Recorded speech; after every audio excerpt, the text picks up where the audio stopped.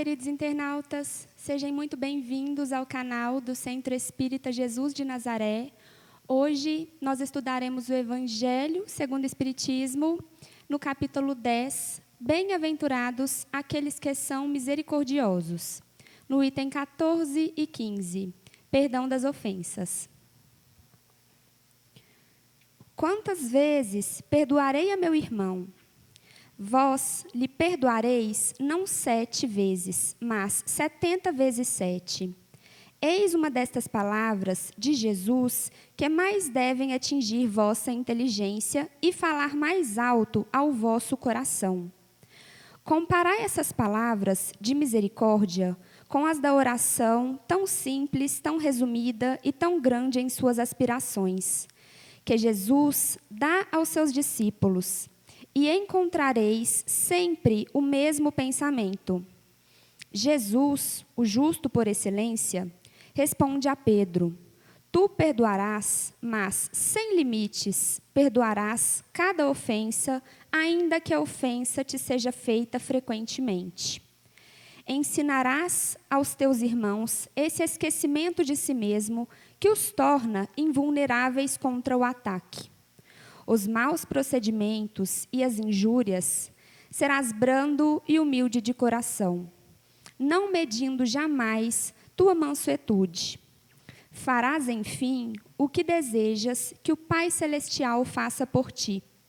Não tem Ele de te perdoar frequentemente e conta o número de vezes que seu perdão desce para pagar tuas faltas?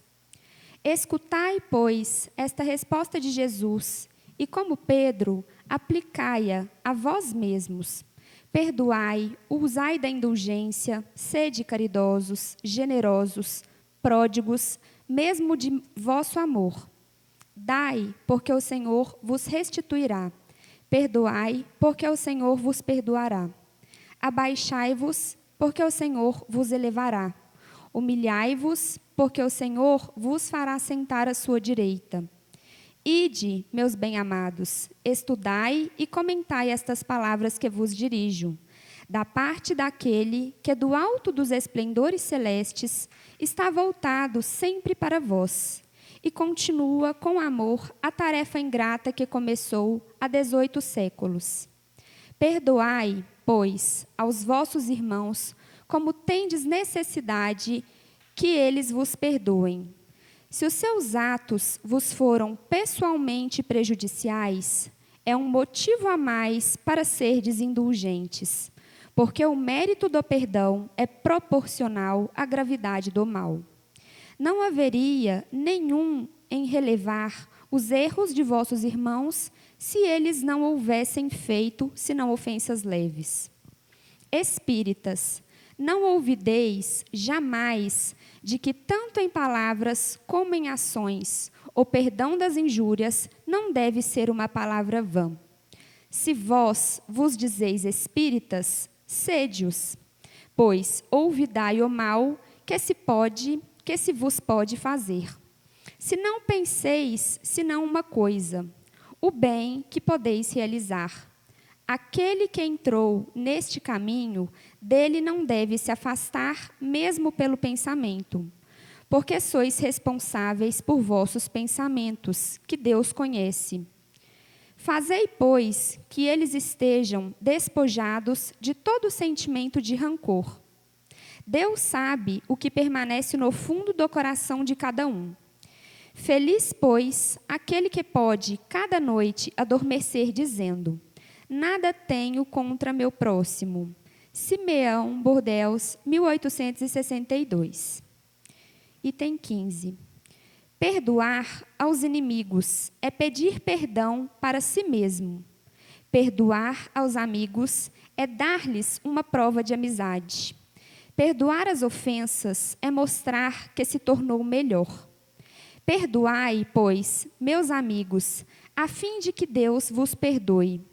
Porque se sois duros, exigentes, inflexíveis, se tendes rigor, mesmo por uma ofensa leve, como quereis que Deus esqueça que cada dia tendes maior necessidade da indulgência?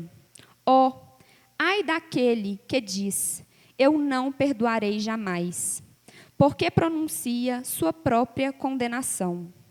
Quem sabe, aliás, se descendo em vós mesmos, não haveis sido o agressor?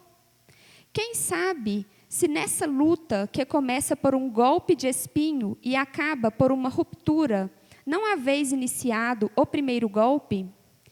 Se uma palavra ofensiva, se não vos escapou, se haveis usado de toda moderação necessária, sem dúvida, vosso adversário errou em se mostrar muito suscetível, mas é para vós uma razão para serdes indulgentes e de não merecer a censura que vós lhes endereçais. Admitamos que fostes realmente o ofendido numa circunstância. Quem diz que não haveis envenenado a coisa por represálias e que não haveis feito degenerar em querela séria aquilo que teria pedido facilmente cair em esquecimento? Se dependia de vós impedir as consequências, e se não o fizestes, sois culpados. Admitamos, enfim, que não tendes absolutamente nenhuma censura a vós fazer, e com isso não tereis, senão, maior mérito em vos mostrar clementes. Mas há duas maneiras bem diferentes de perdoar. Há o perdão dos lábios e o perdão do coração. Muitas pessoas dizem de seus adversários: eu lhe perdoo, enquanto que, interiormente, experimentam um secreto prazer do mal que lhe acontece, dizendo para si mesmo que não tem senão o que merece. Quantos dizem, eu perdoo, e que acrescentam, mas não me reconciliarei nunca, não quero vê-lo pelo resto da minha vida? Está aí o perdão segundo o Evangelho? Não. O verdadeiro perdão, o perdão cristão, é aquele que lança um véu sobre o passado. É o único que vos será contado, porque Deus não se contenta com a aparência. Ele sonda o fundo dos corações e os mais secretos pensamentos. Não se lhe engana com palavras e vãos simulacros. O esquecimento completo e absoluto das ofensas é próprio das grandes almas. O rancor é sempre um sinal de rebaixamento e de inferioridade.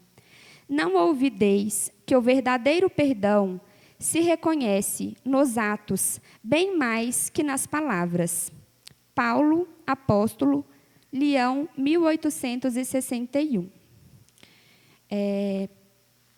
Para contar com um melhor esclarecimento do nosso estudo de hoje, nós contamos aqui com os nossos queridos facilitadores, Adriano Passos e Fabiano Capanema. Um ótimo estudo para todos. Uma boa noite a todos, aos nossos internautas, aos presentes aqui. Depois da leitura desses dois itens do capítulo 14 e 15, itens 14 e 15 do capítulo 10, e o capítulo 10 ele trata em especial ao perdão. Só que é um perdão de coração e um perdão ao infinito, ao que Jesus nos ensinou. E eu peguei hoje um estudo, uma psicografia de Chico Xavier, Maria Dolores, o Espírito Maria Dolores, e Chico Xavier psicografando sobre o Judas socorrido por Jesus. O texto evangélico relata que Jesus apareceu materializado a Maria Madalena após o terceiro dia de sua morte. O diálogo estabelecido entre ele e Madalena, neste acontecimento, está narrado em forma de poema pelo Espírito Maria Dolores, através da psicografia de Francisco Cândido Xavier, sob o título Amor e Perdão, do livro Coração e Vida.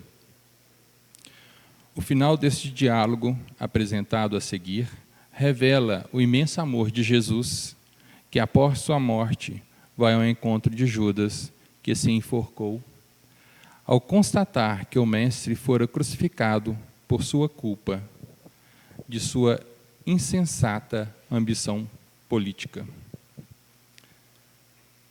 Iniciando agora o texto da psicografia. Senhor, onde estivestes? Mas Jesus respondeu: Não, Maria, não fui ainda ao alto, nem me elevei sequer um palmo à luz do firmamento. Quem ama não consegue achar o céu de um salto.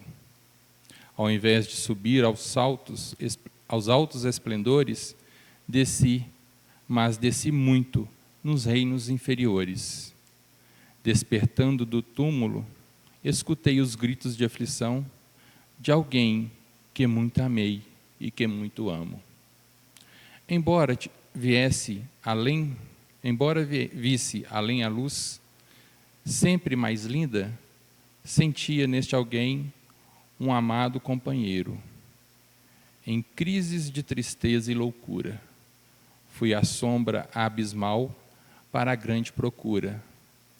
E ao reencontrá-lo, amargurado e louco, a ponto de não mais me conhecer, demorei-me a afagá-lo e pouco a pouco consegui que ele, enfim, pudesse adormecer.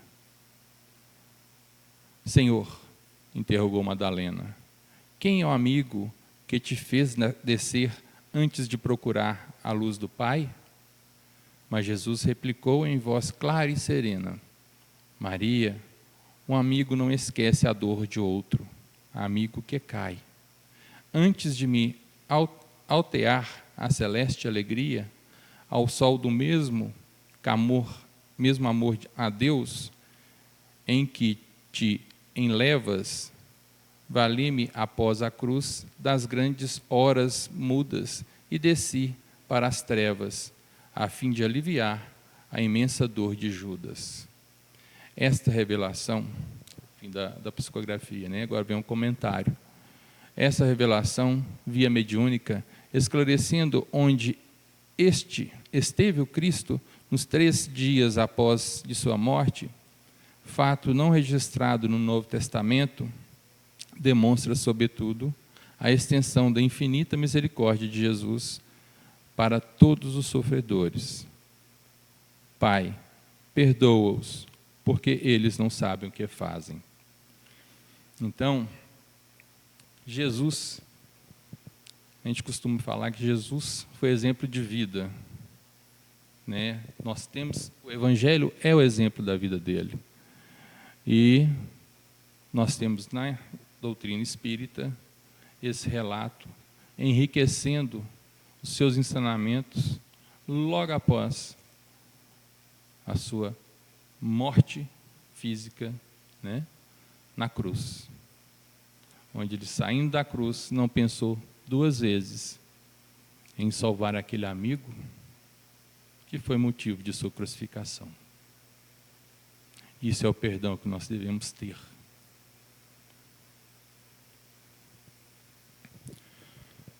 Pois se perdoardes aos homens as suas transgressões, vosso Pai Celestial também vos perdoará. Já adiantando um pouco, né, como falei, o estudo do capítulo 10, que é esse perdão infinito, é o perdão que Jesus ensinou, não é o perdão da voz, não é o perdão de uma carta, não é mesmo um perdão de só naquela hora para poder sair de uma situação ruim.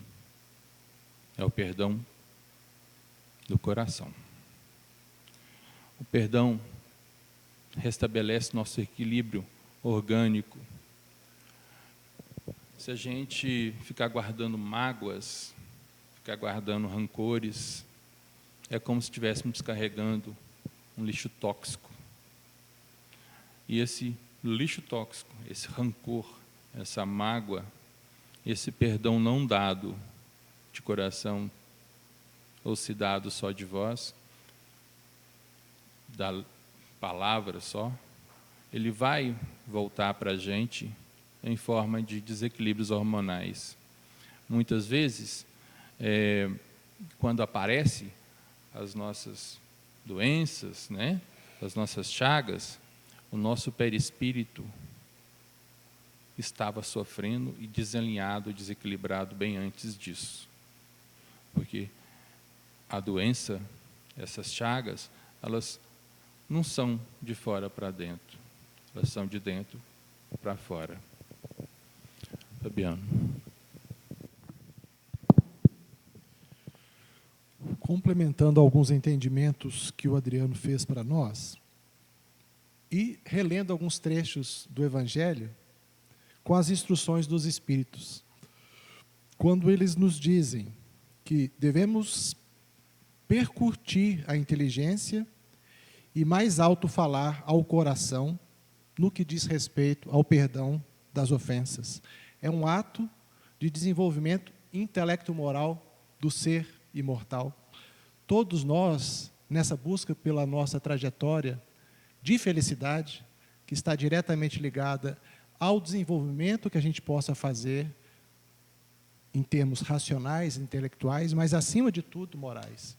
O Cristo, ele nos conclama, através da sua exemplificação, através dos seus ensinamentos, que foram legados para a posteridade, para a humanidade de hoje.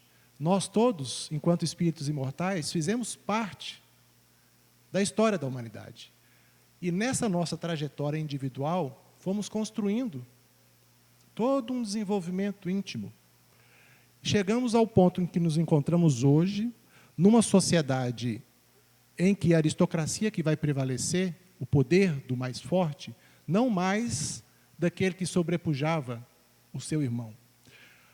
O que nós vamos viver da agora para frente, é claro que vai depender de nós mesmos, do despertar da consciência, mas agora é uma sociedade em que vai prevalecer a cooperação, vai prevalecer o perdão, vai prevalecer a empatia, que é aquela capacidade que nós vamos desenvolver em nós mesmos de nos condoermos com o sofrimento do nosso irmão. Essa palavra irmão, no entendimento que extrapola a questão simplesmente consanguínea, o entendimento e a capacidade de desenvolver em nós mesmos esse sentimento maior de sermos parte de uma humanidade terrestre em que cada um deverá dar a sua cota de contribuição na seara do Cristo, para que a gente possa desenvolver e aperfeiçoar a civilização em que vivemos e também para que a gente possa ser ator, sermos todos atores nessa mudança, nessa transição para uma humanidade melhor. Então, certamente, o tema está falando das questões, das ofensas, mas isso é uma questão hoje do homem inteligente, é uma missão que todos nós deveremos desenvolver, porque sem o que nós não encontraremos momentos mais duradouros de felicidade. A felicidade que se encontra na posse das coisas, na posse efêmera, momentânea, ela traz uma satisfação pelo esforço que se desenvolveu no campo dos estudos, profissionalmente, que se foi conseguindo uma mobilidade social, mas sabe-se, todos nós já passamos por isso, que por si só as questões materiais não conseguem calar fundo nos nossos corações. Então, certamente, o que o Cristo espera de nós todos é que nós possamos desenvolver dentro de nós mesmos esse mundo íntimo, que o mundo externo, o planeta em que vivemos, é composto por duas humanidades, espíritos desencarnados, outrora estávamos nesta condição, e espíritos, almas encarnadas. dentro dessa rotatividade, desse processo da lei de progresso, em que nós nascemos, vivemos, morremos, renascemos e continuamos a progredir sempre, dentro desse processo, dessa lei vigente por todo o universo, em todas as humanidades, de todos os outros mundos habitados, essa é uma lei, é uma prerrogativa de evolução e é impossível interromper essa trajetória. Nós podemos, sim, numa condição de mundo primitivo que já vivemos no passado, igual havíamos falado que a gente, como espíritos imortais, já reencarnamos e fizemos parte da história dessa humanidade terrestre, nessa nossa trajetória, nós contribuímos e vamos continuar contribuindo para desenvolver em nós essa semente da perfeição. Porque Deus, como Criador de tudo que existe no universo, Ele não cria nada que seja imperfeito. Toda a sua criação é perfeita. Em essência, em latência, nós todos somos perfeitos, mas nós temos que burilar esse estado inicial em que fomos criados simples, ignorantes da nossa condição, mas com a perfectibilidade dentro de nós mesmos. É isso que compete a cada um de nós desenvolver. Porque um pai pode auxiliar o seu filho no seu processo, na sua caminhada e no seu desenvolvimento. Mas nós sabemos que somente o indivíduo por si só pode adquirir aquele tesouro a que o Cristo se refere. Quando ele fala que onde estiver teu tesouro, aí estará teu coração, ele está falando para a gente o seguinte: quais são esses tesouros que não podem ser roubados, que não podem, que a traça não corrói, que a ferrugem, eu não me lembro direito dos dizeres que o Cristo nos ensina, mas é nesse sentido. Tudo que é material pode se acabar, mas tudo que é imperecível está ligado aos sentimentos. Quando chegar o nosso momento da morte, todos nós naturalmente passaremos por esse processo, da morte do corpo físico e do desencarne daquele espírito imortal. O que nós iremos encontrar, em que condições iremos nos encontrar, iremos nos deparar com o quê? Com a nossa consciência.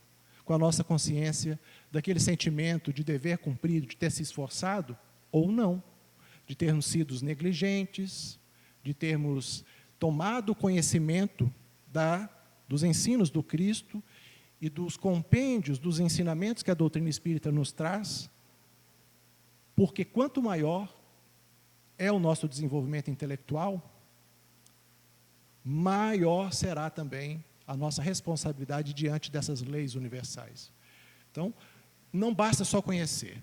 Nós estamos todos buscando conhecer as questões da ciência humana, as questões espiritualistas que a doutrina espírita com muita propriedade nos ensina.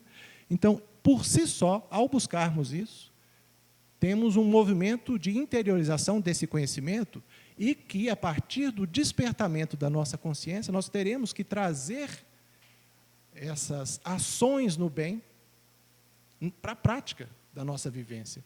Porque, como o Adriano havia comentado, o Cristo, acima de tudo, exemplificou os seus ensinamentos. Ele falava, ele não escrevia, tanto é que foram os apóstolos, muitos anos depois do seu desencarne, que trouxeram, que foram registrar os evangelhos, mas ele, acima de tudo, ensinava, exemplificava, e até hoje, quando a gente fala do Cristo de 2000 anos atrás, o Cristo de hoje continua governando o planeta, porque ele é o governador espiritual do planeta Terra, dessas duas humanidades que estão aqui, interagindo a todo momento, encarnados e desencarnados. E sobre o leme deste comandante, da batuta deste mestre, dos mestres, nós seguimos o planejamento dele para conosco. Então, sempre tem enviado missionários que reencarnam ou que vêm encarnar pela primeira vez de mundos mais avançados. Então, esses missionários estão sempre trazendo para nós exemplificação do bem proceder, do cristão, do verdadeiro cristão, que, acima de tudo, é aquele que busca dirimir suas más tendências, suas imperfeições, e acordando, despertando nesse processo de consciência para ajudar na seara do Cristo. Então, a gente sempre faz um bem bolado, eu e o Adriano. Eu falo algumas coisas, depois eu devolvo a palavra para ele. Porque senão eu acabo avançando demais no texto e falo algumas coisas que ele gostaria de falar. Então, eu vou interromper um pouquinho e passar a palavra para você, Adriano. Dentro do que o... Obrigado, Fabiano. Dentro do que o Fabiano falou sobre o Evangelho ter vindo depois de algum tempo do desencarne de Jesus, pela lógica, nós vamos tentar relembrar alguma coisa que aconteceu no passado. É um tanto quanto a gente não vai conseguir lembrar de tudo, contextualizar tudo. Então, eu puxei essa fala para poder falar que, durante o tempo que os discípulos e apóstolos estavam ali escrevendo os evangelhos, Jesus estava a comandar o que eles iam deixar registrado para a gente poder estudar e aprender. Então, ele teve esse serviço ali junto com a espiritualidade. Nos itens lidos, né, hoje 14 e 15 do capítulo 10, temos uma mensagem de Simeão, onde Jesus diz que perdoar o irmão 70 vezes 7. É um daqueles ensinamentos que mais nos deve percutir a inteligência, como diz o Fabiano. Mas eu quero vir nessa tão famosa frase, 70 vezes 7. E, dentro do Evangelho segundo o Espiritismo, foi colocado ainda 1 vezes ali depois. Ou seja, 70 vezes 7 vezes. Isso é para demonstrar que é uma conta que vamos ter vários e vários advogados falando que é 77, de acordo com tal tradução, é 499, ou 49, né? Que é 70 vezes 7, 449, que é 70 vezes 7. E não se chega a um denominador comum. Por que não? Porque a intenção não é o perdão matemático, é o perdão simbólico, é aquele perdão que está sendo ensinado, não em quantas vezes tem que se perdoar, mas em perdoar várias vezes. E não só as coisas leves, mas também as pesadas, como Jesus perdoou Judas. Porque as leves, não tem, como se diz, é leve, para que vai perdoar? Fica fácil o perdão.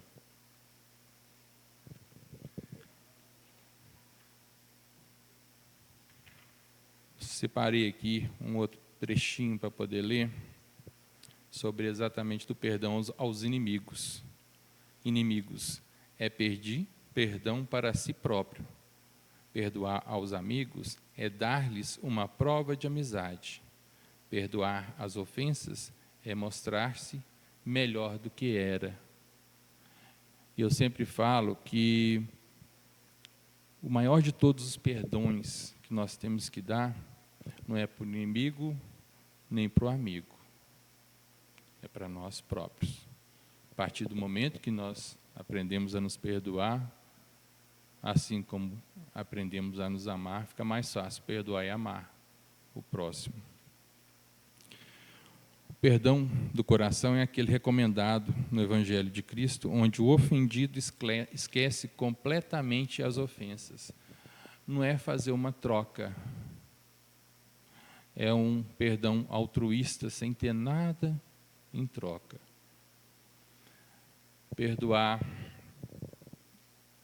com o coração. Mas cabe uma observação importante aqui, que eu estou lendo aqui nas minhas anotações. A memória do Espírito, ela é eterna, né? E a partir desse momento, que a memória é eterna, aqui estamos cobertos pelo esquecimento, para poder não sofrer mais com aquilo que já sofremos, com aquilo que nos foi infligido, né? Tanto por nossa culpa, ou então por culpa de outra pessoa. Então, nós vemos com esse esquecimento no nascimento para não lembrar das reencarnações passadas, o que aconteceu. E com esse raciocínio, falando que o espírito tem uma memória eterna, é porque tem muita gente que acha, fala assim, não vou perdoar ele aqui não, vai morrer ali na frente e está tudo resolvido. Só que não é assim que funciona. Jesus colocou para a gente poder perdoar os nossos inimigos enquanto estivermos a caminho com eles aqui. De forma que, quando tiver o desencarne do inimigo, nós não arrumarmos mais um obsessor, não arrumarmos mais uma intriga espiritual, né, levada além túmulo, para poder vir nos desequilibrar emocionalmente, espiritualmente. Então é muito importante não termos inimigos aqui, nesse plano físico, para não termos o espiritual também. Lá, as potencialidades desse espírito que está em inimizade, em intriga com um que esteja encarnado, é bem pior. Ele tem melhores condições de fazer sofrer, de nos provocar dor. Nós estamos desguarnecidos nessa tentativa, e a única coisa que a gente tem a fazer é oração, e sim, pedir perdão para aqueles que já foram. Procurar lembrar com carinho deles, desses inimigos que não foram perdoados por nós. Então, fazer oração para ele, mandar boas vibrações, modificar nossos comportamentos, e isso é uma prova para eles, que eles vão perceber que nós mudamos. Agora, e aquele inimigo que a gente não deu conta de fazer com que eles nos perdoassem? Nós pedimos pedimos o perdão, e ele não perdoou. Como que fica esse? Não é problema meu. Não é problema de quem perde o perdão. Se ele estiver pedindo perdão do coração, ele vai estar já, de certa forma, resguardado do mal que ele pode fazer.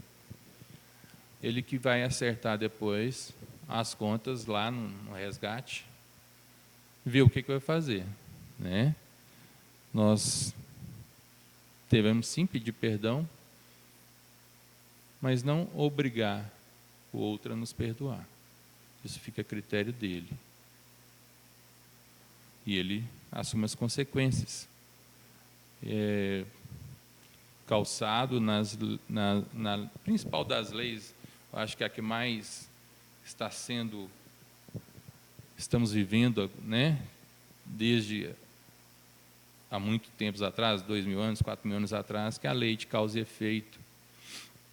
O que faz aqui, pagamos aqui, ou plantamos rosas, colhemos rosas.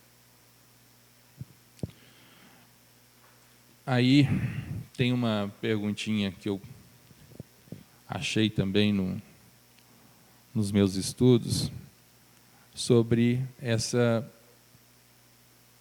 uma violência cometida contra uma pessoa, seja ela de caráter físico ou moral, como exercer o perdão àquele que nos feriu. E, dentro do que o Espiritismo nos fornece, em matéria de elementos das reencarnações, como eu falei agora há pouco, nossos resgates vão vindo da forma como perdoamos. A partir do momento que perdoamos, Deus nos perdoa. E nós sempre estamos pedindo perdão a Deus pelos nossos erros. Então, com certeza, nesse momento de erro da outra pessoa com a gente,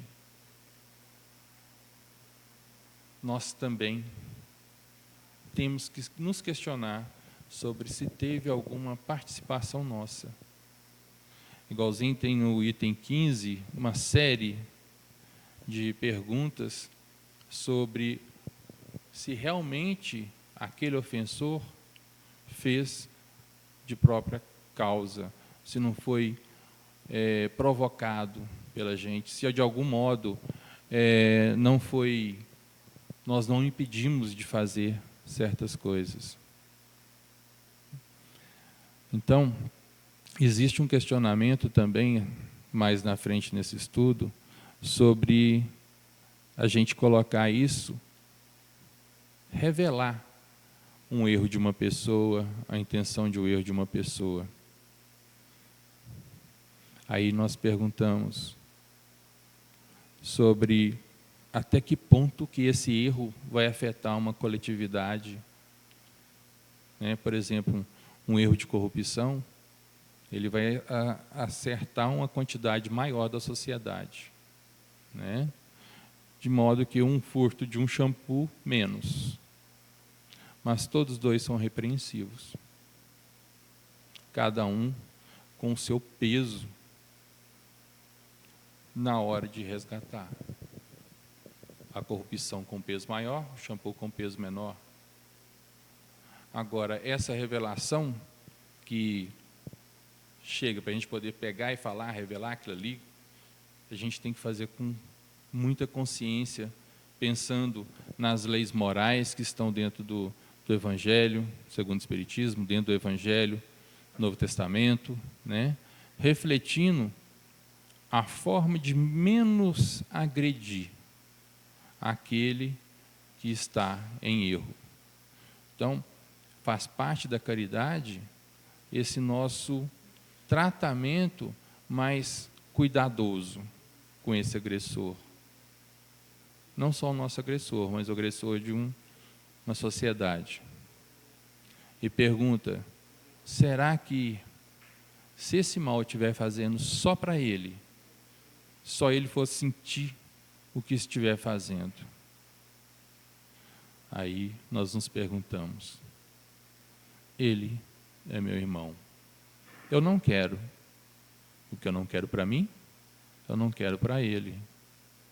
Então, sim, mesmo se estiver acontecendo alguma coisa, ele estiver fazendo alguma coisa que vá ferir só a ele, nós temos sim, por obrigação cristã, socorrê-lo, ajudá-lo, sem ferir, sem humilhá-lo. Uma forma disso, de a gente poder pegar e observar, são os suicidas. Se a gente ficar sabendo que uma pessoa vai suicidar, a gente vai deixar ela suicidar? Não. Nós vamos usar de todos os meios, sem humilhar, para poder salvá-lo. Salvar do erro que vai dar em maior gravidade à própria pessoa. Fabiano. Mais um trecho de Simeão, do item 14, Instruções dos Espíritos, Perdão das Ofensas. Fala Simeão, feliz, pois, daquele que pode todas as noites, dizendo, nada tenho contra o meu próximo. Feliz, pois, de todos nós que pudermos fazer como Simeão, perdoarmos e não carregarmos conosco esse veneno da mágoa, do remorso, porque muitas vezes, se nós formos buscar sermos sinceros conosco mesmo, será que o nosso orgulho não nos cega no momento de interpretar que nós fomos atingidos, sendo que, em alguns casos, nós mesmos demos início àquele problema, aquela questão de animosidade entre duas pessoas? Então, a gente tem que passar em revista todos os dias, constantemente, verificando e acessando a nossa própria consciência, onde está escrito o tribunal divino, se nós fomos, de alguma forma, aquele que prejudicou outra pessoa. Então, nós temos que ser sinceros e combater o bom combate. E o bom combate, combate-se conosco mesmo, que nós somos o inimigo de nós mesmos. Nós somos o principal adversário de nós mesmos. Então, essa reflexão, essa autoanálise, autoconhecimento, buscando autotransformação. Não há como mudarmos se continuarmos a ser o homem velho. Então, essa reflexão sobre quem queremos ser no presente, projetando um futuro melhor, essa reflexão tem que ser constante, diária. Passar pelo crivo da razão, mas especialmente com uma postura de maior humildade. Porque o orgulhoso, todos nós somos em menor ou maior grau, muitas vezes não reconhece que erra. O humilde logo vai se desculpando e fazendo um pedido ali, solicitando perdão da nossa parte. Agora, o orgulhoso não. O orgulhoso, ele demora a enxergar que quem, às vezes, deu causa àquele problema é ele mesmo. Então, para que a gente possa atingir essa condição de felicidade que Simeão nos fala, que a gente possa, todas as noites, ao nos recolhermos ao nosso recinto doméstico, se trazemos o problema de fora e, naquelas condições em que o problema se faz dentro do nosso próprio lar, que a gente busque, faça um esforço imenso de lutar contra nós mesmos, desse nosso orgulho, dessa nossa vaidade, desse nosso egoísmo, porque uma das chagas piores que pode existir, que dá causa a outras chagas da humanidade, é justamente o egoísmo. Querer para si e não pensar no próximo. Qual que foi a regra de bom viver que o Cristo nos ensinou? Primeira das leis, amar a Deus sobre todas as coisas e ao próximo como a si mesmo. Outra regra de bom viver e de boa convivência, que eu faça ao outro o que eu gostaria que o outro fizesse a mim. Então, nessa condição de relacionamento, que é constante entre encarnados e desencarnados, na nossa, muitas vezes, miopia espiritual, nos nossos relacionamentos, nós estamos sempre refletindo nas condições de convivência em que gera alguma animosidade. Mas e nessa convivência, nessa interação, que a todo momento existe também pelo plano espiritual? A humanidade de desencarnados que convive conosco é 3 vezes maior do que a população reencarnada. Então, nós estamos a todo momento interagindo, por pensamento, com aqueles irmãos que estão na pátria espiritual, interagindo com a gente. Então, nesse relacionamento, a gente também tem que buscar seguir a orientação do Cristo quando ele nos fala: orai e vigiai. Oração não são simplesmente palavras proferidas. Isso poderíamos classificar de reza. A oração é a vivência do bem. É constantemente procurar seguir os ensinamentos do Cristo. É fácil? Não tem ninguém falando que seja fácil. É difícil, porque na nossa origem, fomos criados simples e ignorantes. O que nós já avançamos em termos de espíritos que em algum dia atingirão a condição de pureza relativa? Falo por mim, ainda estou numa condição de imperfeição. Eu não sei cada um de vocês que se encontra aqui presente, os internautas que possam estar nos escutando, mas por mim, eu estou muito mais próximo da minha origem, com a minha condição de imperfeição, nessa categoria de espíritos. de espíritos imperfeitos. Mas os espíritos superiores, os espíritos bons, os espíritos puros, como é o caso do Cristo, nos falam também. O próprio Cristo ensina: podereis fazer tudo o que eu faço e muito mais. O que ele está querendo dizer? Que ele percorreu a trajetória de ascensão evolutiva, e hoje ele é um governador espiritual de um planeta. Existem governadores espirituais de sistemas solares, de galáxias, responsáveis por toda aquela humanidade que ali habita. Então, o Cristo é responsável por nós, e ele nos concita isso. Que a gente faça essa reflexão todos os dias, procure ser cada dia um pouco melhor. Em a natureza não há saltos.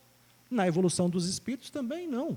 Mas aquele que se esforça mais, pode avançar mais rapidamente. E a questão de tempo é muito relativa, porque tempo para o espírito não existe. Diante da eternidade, o que é uma vida? André Luiz nos fala que é um sopro, simplesmente. Então, que a gente possa sempre buscar viver bem, para no futuro nos encontrarmos melhor. Foi o que o Adriano falou, da questão do plantio. O que nós estamos semeando será o que nós vamos colher. Será que eu estou semeando bons atos, bons pensamentos, boas atitudes e aquela busca de perdoar ao outro? Perdoar ao inimigo é perdoar a si mesmo. Eu nem gosto muito de usar essa palavra de inimigo. Eu, pelo menos, considero que eu não sou inimigo de ninguém e ninguém, mas, assim, adversários. Deixa eu mudar um pouquinho aqui por uma palavra que eu acho que, para mim, fica melhor. Então, se a gente tem adversários, que a gente possa dar a nossa exemplificação e transformar esses adversários em colaboradores, irmãos de caminhada. Imaginem o contexto social da humanidade que vivemos hoje, se essa mudança de percepção puramente materialista migrasse com mais intensidade para uma visão espiritualista, em que nos enxergamos realmente como pessoas que têm necessidade de ajudar mutuamente uns aos outros. Nós sabemos que nenhum de nós consegue avançar sozinho. Não existe aquela frase lá que nenhum homem é uma ilha. É impossível. É necessidade da convivência, do relacionamento e do aprimoramento.